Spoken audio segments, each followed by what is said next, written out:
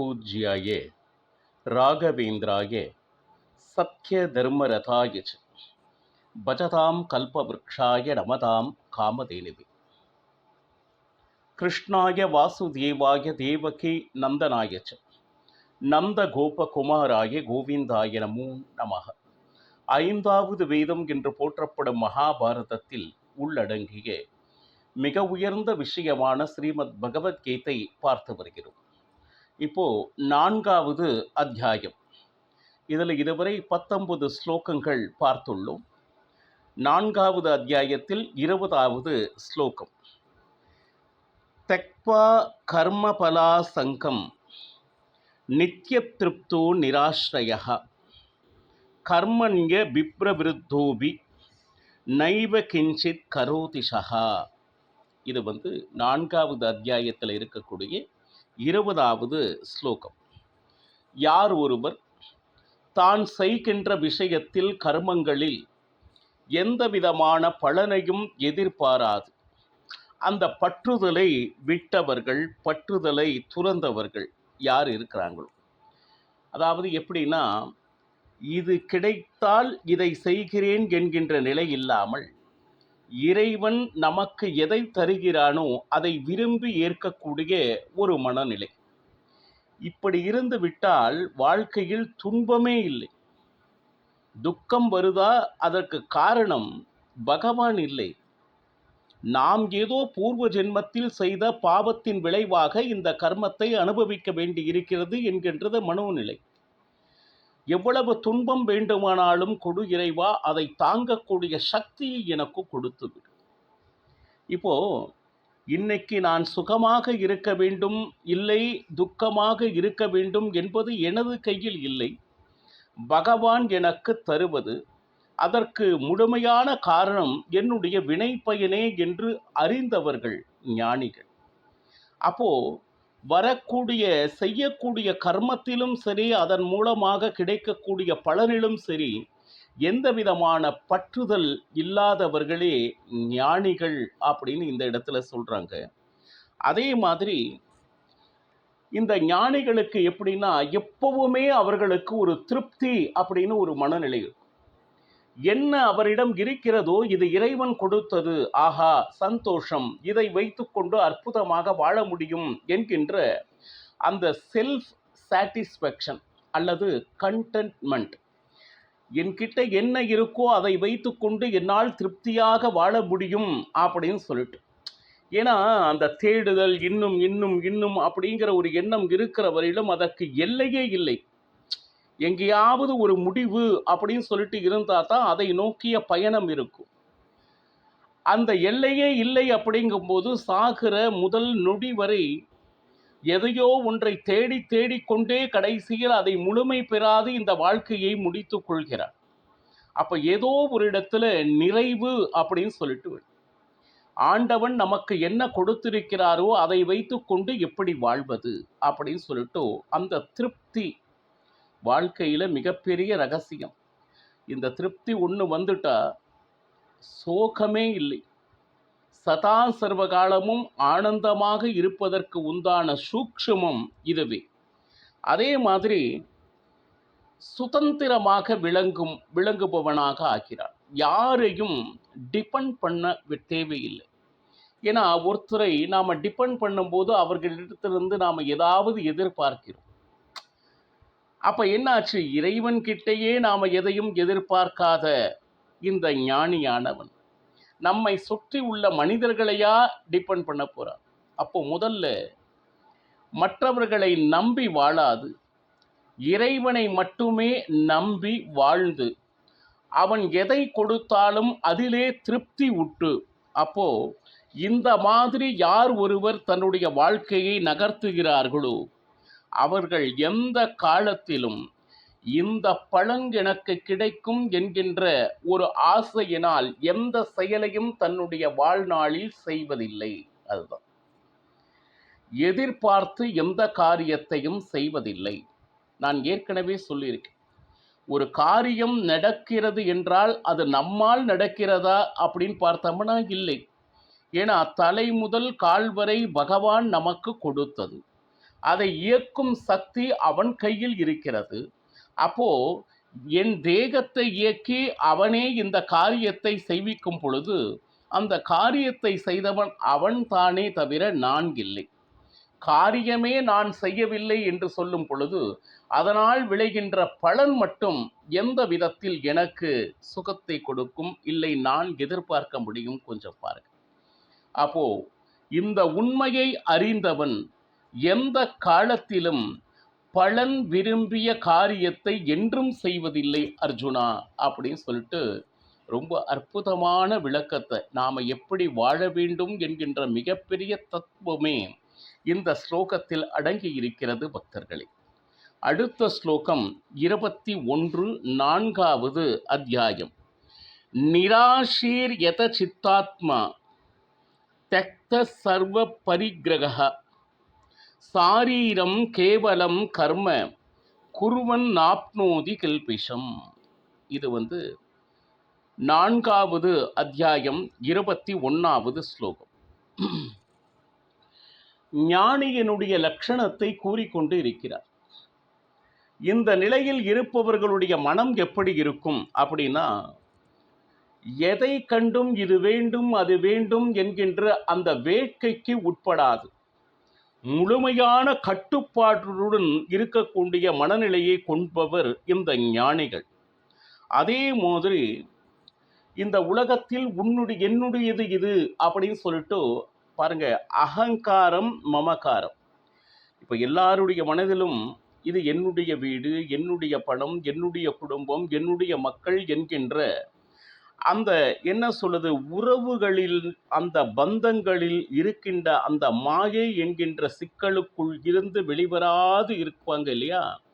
இந்த ஞானிகள் எப்படி இருப்பாங்க அப்படின்னா, இந்த உலகத்தில் தன்னுடையது என்பது எதுவும் இல்லை. பிறக்கும் போது ஏதாவது கொண்டு வந்தோமா? இல்லை. அதற்கு பிறகு இறைவனால் கொடுக்கப்பட்டது, சரி, அதுக்கு முழுமையான உரிமை கொண்டாடுவது தவறு என்று ஞானிகள் அறிந்து அந்த என்ன சொல்றது, சொத்துக்களோ அல்லது உறவுகளோ மேல் அதீத ஆசையை வைக்காது, எட்ட நின்று பார்த்து அதன் மேல் அந்த எந்த விதமான மோகத்தையும் கொள்ளாது இருப்பார்கள். அப்போ அப்படின்னா ஒரு கேள்வி வரும், சார் எதுவே வேண்டாம் அப்படின்னு சொல்லிட்டு ஞானிகள் இருக்கிறாருன்னா, இந்த உலகத்தில் வாழ்வதற்கு ஜீவாதாரம் அப்படின்னு ஒன்று இருக்கு, ஏதாவது ஒன்று வேண்டுமே அப்படின்னு சொல்லிட்டு பார்த்தோம்னா, இந்த இடத்துல ரொம்ப அற்புதமான ஒரு வார்த்தை, அவசியமாக இந்த உலகத்தில் வாழ்வதற்கு எது மிக மிக தேவையோ அதை மட்டுமே, அதற்காக மட்டுமே தன்னுடைய செயல் ஆற்றுபவர்களாக இருப்பர். அப்படின்னா தேவைக்கு அதிகமாக எந்த ஒரு விஷயத்தையும் வஸ்துவத்தையும் தன்னிடத்திலே வைத்து கொள்ளாதவர்கள்.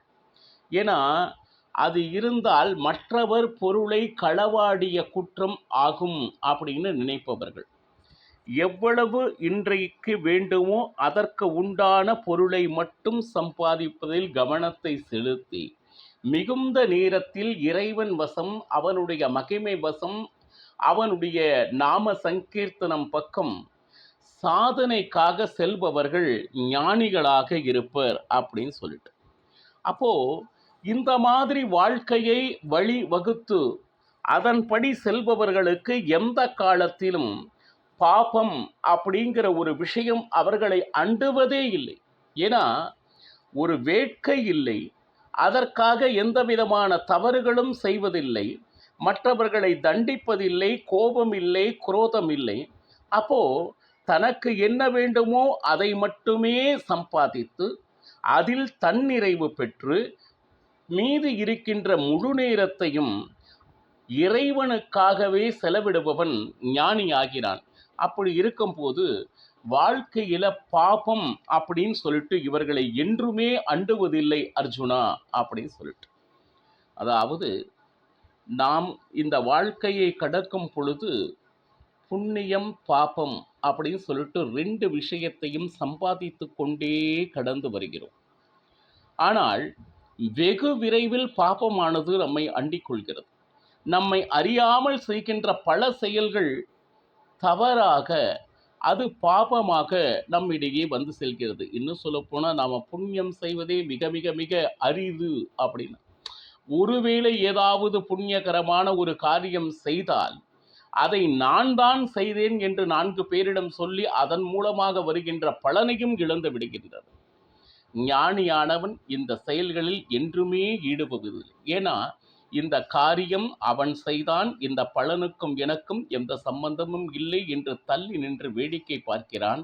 அவனுக்கு தேவையானது பகவான் கிருஷ்ணன், அவனுடைய உணர்வு, அவனை சுற்றியே அவனுடைய எண்ணம் முழுதும் இருக்கும்படியாக தன்னுடைய வாழ்நாளை கழித்து கொண்டிருக்கிறான் அர்ஜுனா அப்படின்னு சொல்லிட்டு 2வது ஸ்லோகம் நமக்கு விளக்குகிறது.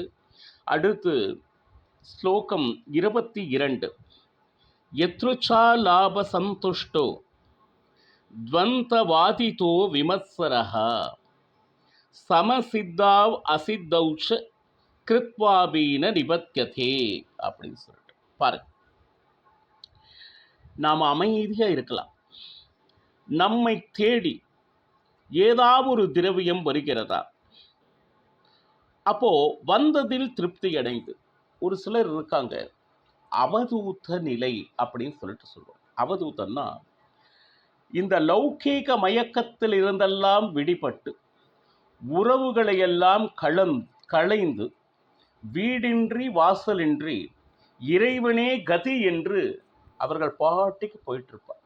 இப்போ உதாரணத்திற்காக, சார் அவர்களுக்கெல்லாம் பசிக்காதா அப்படின்னா, ஆம், ஒருவேளை பகவான் கருணை இருந்தால் இன்று உணவு கிடைக்க வேண்டும் அப்படின்னு சொல்லிட்டு நிச்சயப்பட்டிருந்தா வரும். அன்னைக்கு அதை கிடைத்ததை சந்தோஷமாக அனுபவிப்பார். ஒருவேளை அவர்களுக்கு அந்த உணவு அன்று கிடைக்கவில்லையா, இது இறைவனுடைய சித்தம் அப்படின்னு சொல்லிட்டு தன்னுடைய வாழ்நாளில் எஞ்சியுள்ள நாட்களை இப்படி கழிக்கக்கூடிய ஒரு சிலர் ஞானிகள், அவர்களை அவதூத்தர்கள் அப்படின்னு சொல்லிட்டு. எது கிடைத்ததோ இறைவன் கொடுத்தது, இன்று கிடைக்கவில்லையா அது இறைவனுடைய சித்தம் என்கின்ற ஒரு மனநிலையில் வாழ்பவர்கள் அப்படின்னு சொல்லிட்டு. அப்போ தானாக நம்மை தேடி ஏதாவது வந்தால் அதில் திருப்தி அடைந்து எந்த விதமான பொறாமையும் தன்னிடத்தே இல்லாமல், அப்போ என்ன ஆச்சுன்னா, இவர்கிட்ட ரொம்ப அதிகமாக பொருள் சேர்ந்துடுத்தே, நம்மை விட மிக நல்லா இருக்காங்களே, அவங்க கார் வாங்கிட்டாங்களே, இப்படி அண்டை வீட்டுக்காரர்களுடைய வளர்ச்சியை பார்த்து பொறாமை. இன்னும் சொல்லப்போனால் நம்ம கிட்ட இருக்கக்கூடிய ஒரு மிகப்பெரிய ஒரு விஷயம் என்னன்னு கேட்டிங்கன்னா, நம்ம வளர்ச்சியை பற்றி சிந்திப்பதை விட மற்றவர்கள் எப்படி மிக வேகமாக வளர்கிறார்கள் என்பதை பற்றி பேசி பேசியே நம்மளுடைய வாழ்நாளில் வெகு வெகு வெகு அதிகமான நேரங்களை நாம் செலவிடுகிறோம். இப்போ வெற்றி தோல்வி இந்த ரெண்டுமே, முழுமையான வெற்றி நிறைந்தது வாழ்க்கை இல்லை, முழுமையான தோல்விகளே இருக்கக்கூடிய வாழ்க்கையும் இந்த உலகத்தில் இல்லை. வெற்றி தோல்வி என்பது மாறி மாறி வருவது எல்லாருக்குமே. அப்போ இந்த இடத்துல பாருங்க, வெற்றியிலும் ரொம்ப துள்ளி குதிக்காது, தோல்வியிலும் துவண்ட விடாது.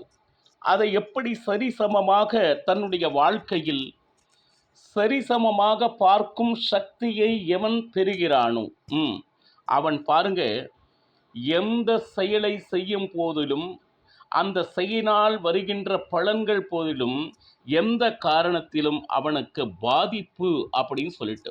ஏன்னா பாதிப்புன்னா சில நேரம் சந்தோஷம் வரும்போது துள்ளி குதிக்க வேண்டியது, தலைகால் தெரியாமல். அப்போ தான் ஏதோ செல்வ மிதப்பில் இருப்பது போல மற்றவர்களை மதிக்காது, தானே இந்த உலகத்தில் பெரியவன் என்கின்ற எண்ணத்தில் கொஞ்சம் அகம்பாவம் தலைக்கேறி மற்றவர்களை எல்லாம் மிகவும் கீழாக பார்க்கக்கூடிய செயல்னால் தன்னுடைய வாழ்க்கையில் மிகப்பெரிய பாபத்தை தேடிக்கொள்கிறான்.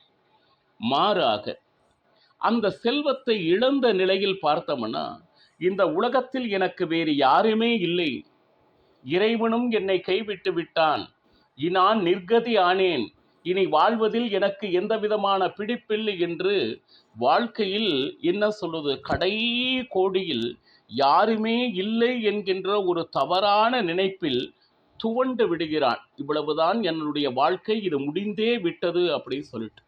இந்த ரெண்டுமே ரெண்டு எக்ஸ்ட்ரீம். செல்வம் வந்தபோது தலை கால் தெரியாமல் ஆடுகின்ற ஒரு நிலை, ஒருவேளை செல்வத்தை இழந்த நிலையில் எனக்கு எதுவுமே இல்லை என்று துவண்டு அதனுடைய எல்லைக்கே சென்று விடுவது. இந்த ரெண்டுமே தவறு.